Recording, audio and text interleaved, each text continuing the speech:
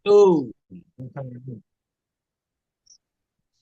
Allahumma sholli ala Muhammad wa ala alihi sayyidina Muhammad wa ala alihi wa ashabihi ajma'in amma ba'd. Kepada yang saya ta'zimi, yaitu imam kita Yustubiono selaku pembimbing jamaah kita dan sekaligus ibu yang melahirkan iman kita semuanya, sehingga kita terlalu sangat jelas ke depannya siapa yang kita percaya, jalannya semakin terang ke depan, sehingga tidak ada sedikit pun keraguan ketika kita menjalani hidup kita ke depan. Selalu ada yang kita percaya. Dan yang kedua, kepada Bani Adam dua, yaitu Bapak Adam saya yang saya hormati, yaitu Mas Agus Cahyono, yang kedua bahasan, yang ketiga Bani Adam, yang keempat yaitu Bani Adam Mas Cahyono dari Bojonegoro. Sebelum saya menjelaskan tentang tema malam hari ini, marilah kita bersama-sama selalu bersyukur atas rahmat yang diberikan, rahmat Allah yang diberikan kepada kita semua, yaitu rahmat kesehatan, rahmat keimanan, rahmat jiwa dan raga kita yang bisa utuh mempercayai pencipta kita.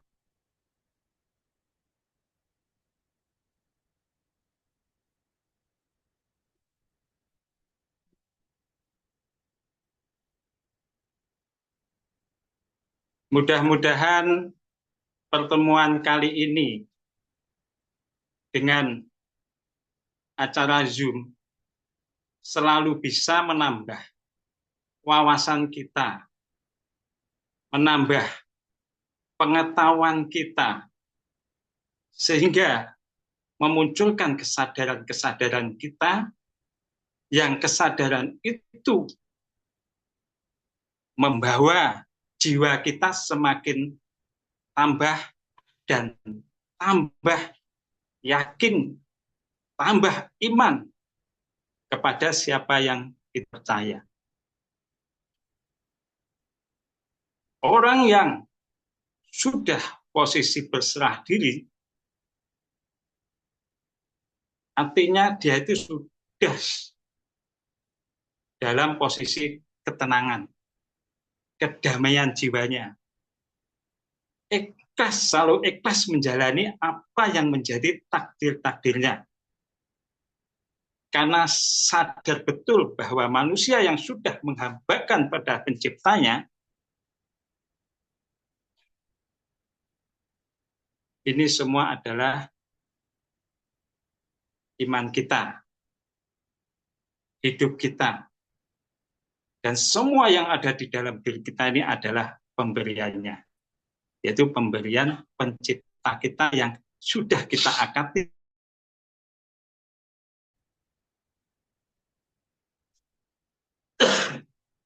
Temanya adalah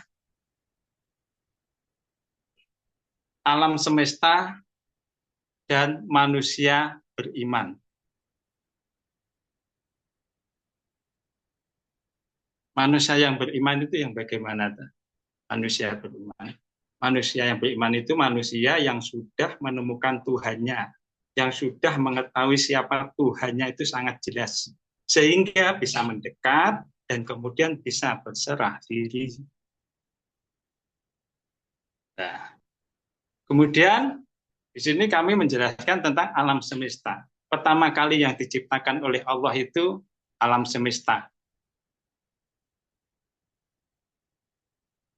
Di dalam alam semesta ini ada, di dalam alam semesta ini Allah menciptakan makhluk di dalam alam semesta. Yang pertama kali diciptakan oleh Tuhan itu adalah alam semesta. Setelah itu Allah menciptakan makhluk dalam alam semesta itu, yaitu makhluk hidup, makhluk yang tidak hidup, ini saya runtut, dan makhluk hidup. Nah, makhluk yang tidak hidup, kenapa kok makhluk yang tidak hidup dulu, atau tidak makhluk yang hidup dulu? Karena tidak mungkin makhluk hidup itu diciptakan dahulu, karena ketika makhluk hidup itu diciptakan, mau menempati di mana? Nah, makanya diciptakanlah makhluk tidak hidup atau alam mati.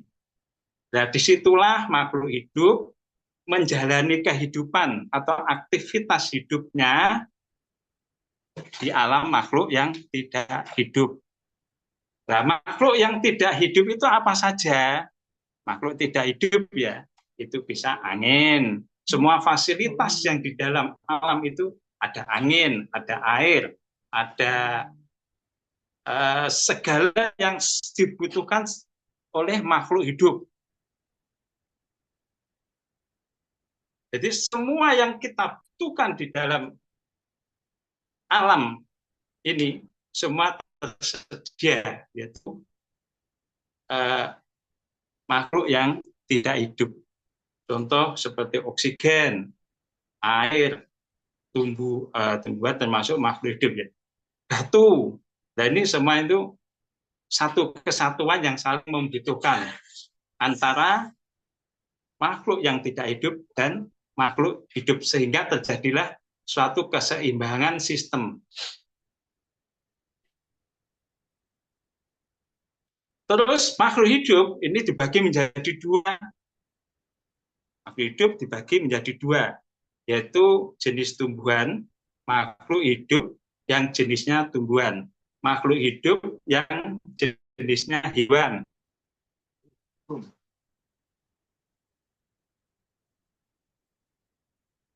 Nah, jenis kenapa tumbuhan ini diurutkan nomor dua, logikanya. Kalau hewan ini diciptakan lebih dahulu, ini hewan ini hidup, pada kehidupan hewan ini membutuhkan tumbuhan, membutuhkan air, membutuhkan intinya hewan itu membutuhkan tumbuhan. Nah, kalau hewan itu dihidupkan dulu, maka hewan itu tidak akan bisa hidup karena dia itu membutuhkan tumbuhan. Maka dijadikanlah diciptakanlah tumbuhan itu nomor satu. Nah, kemudian diciptakanlah hewan. Karena hewan membutuhkan, dalam kelangsungan hidupnya ini membutuhkan tumbuhan. Hewan ini dibagi menjadi dua, yaitu hewan yang bertulang belakang dan hewan yang tidak bertulang belakang. Ya, hewan. Hewan dibagi menjadi dua, yaitu hewan yang bertulang belakang dan hewan yang tidak bertulang belakang.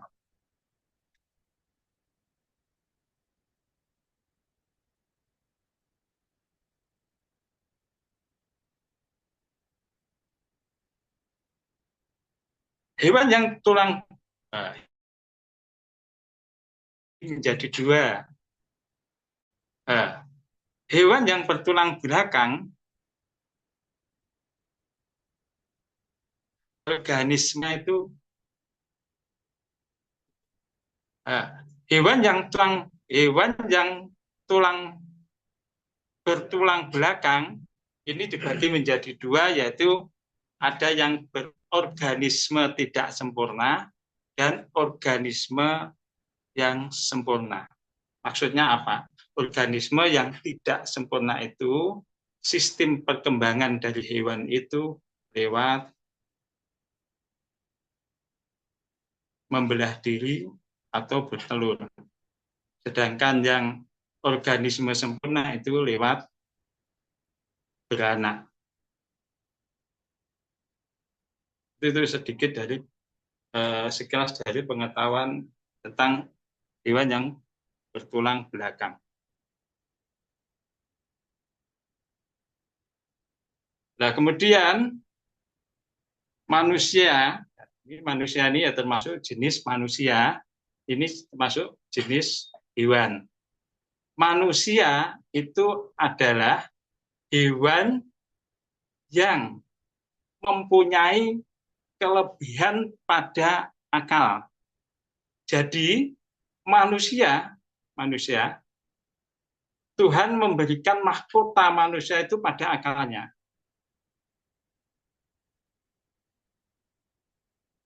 Jadi manusia dan hewan ini sama, manusia dan hewan. Cuma kelebihan daripada manusia itu terletak pada akalnya. Manusia dan hewan itu sama. Manusia itu punya kelebihan terletak pada akal, tidak terletak pada keakuannya. Kalau manusia ini akalnya belum hidup dan dia itu menggunakan keakuannya, maka manusia itu belum dikatakan sempurna. Aku. Dia itu menggunakan egonya, menggunakan amarahnya, menggunakan kuasanya. Dia tidak menggunakan akal, menggunakan kekuatannya. Nah, ketika itu menjadi tumpuan dalam hidupnya, maka dia itu dikatakan belum menggunakan mahkotanya atau belum berakal. Ya. Kembali, manusia adalah hewan yang diberi kelebihan pada akalnya. Ya. Tidak pada perasaannya. Jadi alam perasaan, yaitu jin,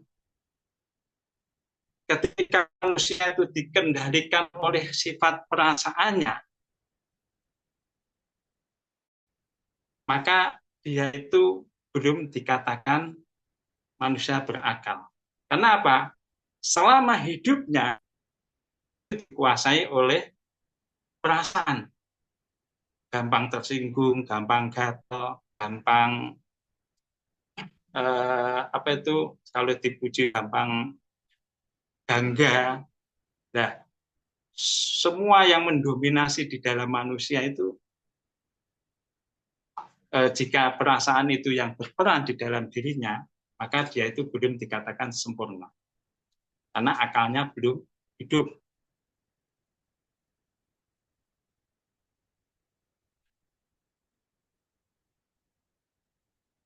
Nah, manusia tetap dan hewan ini sama.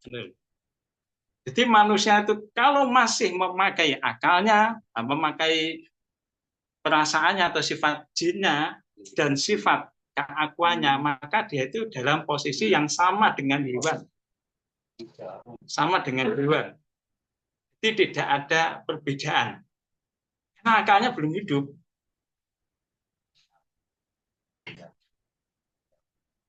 Nah, kemudian manusia diberi kelebihan dan daripada hewan yang lain ini dari akalnya. Akal ini digunakan untuk apa? Akal ini berfungsi untuk menjaga kelanjutan hidup kita, hidupmu, dan kelompok kita. Kelompok itu akal. Jadi akal digunakan bernalar, memikirkan ini kehidupan, sehingga hidup itu tidak sendiri-sendiri.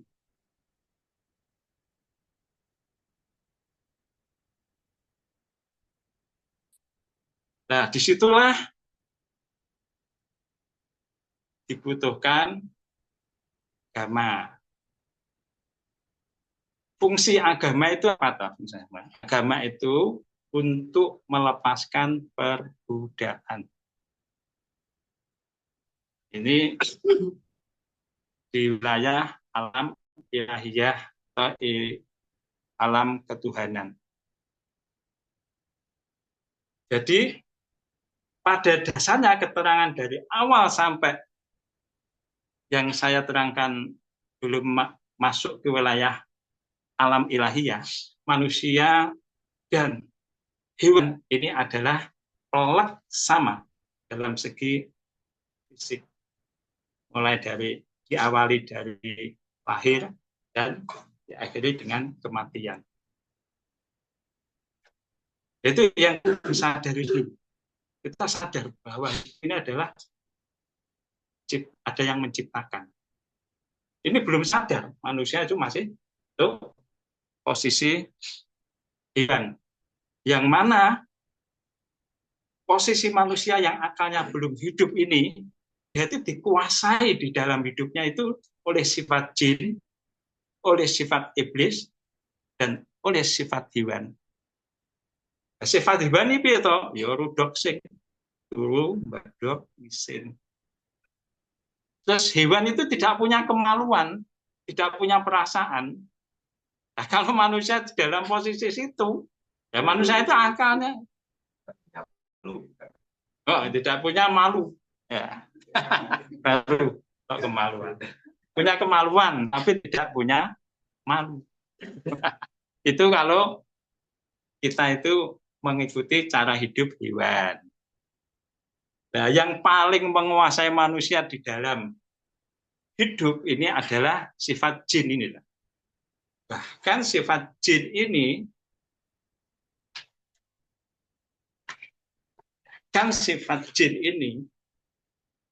dalam dunia infotainment ini laku dijual. Jadi membawa berita orang, nah itu kan sifat-sifat jin. Membawa berita wong kayak ngene ngrasani lewat infotainment terus nah sebenarnya itu semuanya adalah sifat jin. Itu sama dengan dia itu kalau akalnya tidak hidup, dia itu sama dengan hewan itu loh. Jadi tidak lebih daripada hewan. Ya omong cuma omong. Nah, perbedaannya apa toh hewan akal ini? Akal ini masuk ke dalam wilayah pengetahuan tentang ruh. Nah, manusia yang belum berakal ini ruhnya itu belum hidup.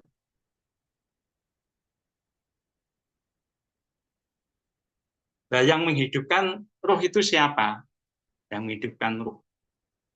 Itulah kita butuh seorang pembimbing,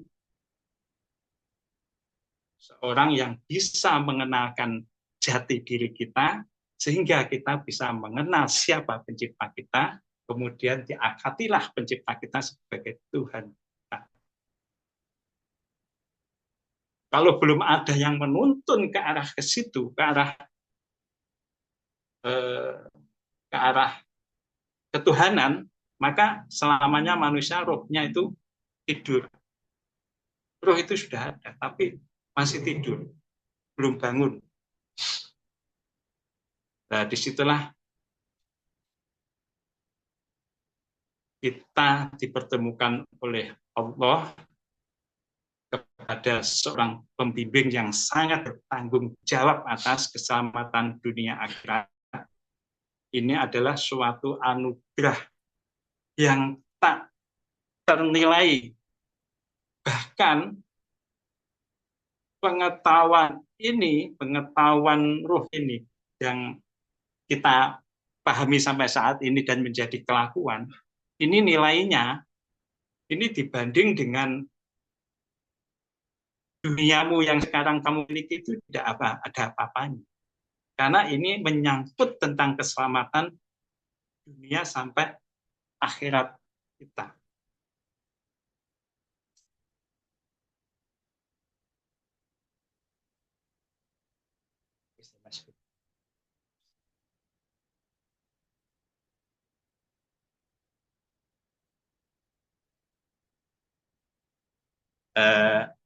Saudaraku sekalian yang saya cintai,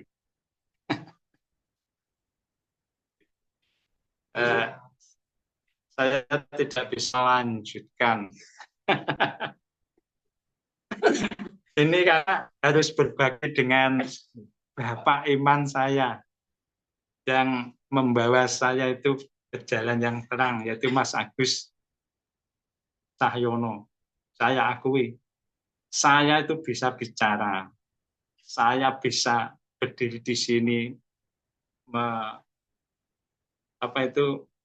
bisa mengucapkan apa yang saya pahami di sini. Dulu itu saya nggak bisa bicara, bisu cara bahasa ini.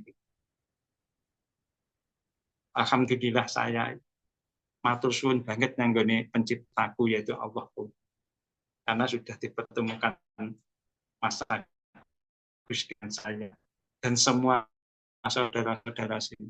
Saya yakin semuanya